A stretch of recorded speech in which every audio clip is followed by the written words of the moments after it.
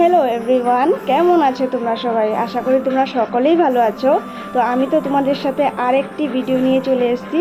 তো আজকে আমি দুপুরে কি রান্না করলাম তাই তোমাদের সাথে শেয়ার করব। দেখো তো তোমাদের পছন্দ হয় কি না।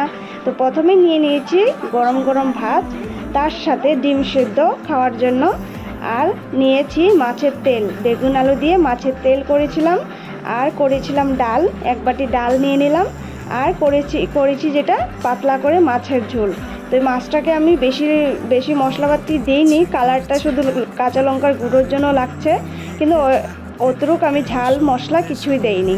তো প্রথমেই আমি বেগুন দিয়ে মাছের তেল দিয়ে যেটা রান্না করেছিলাম সেটা খেয়ে নেব।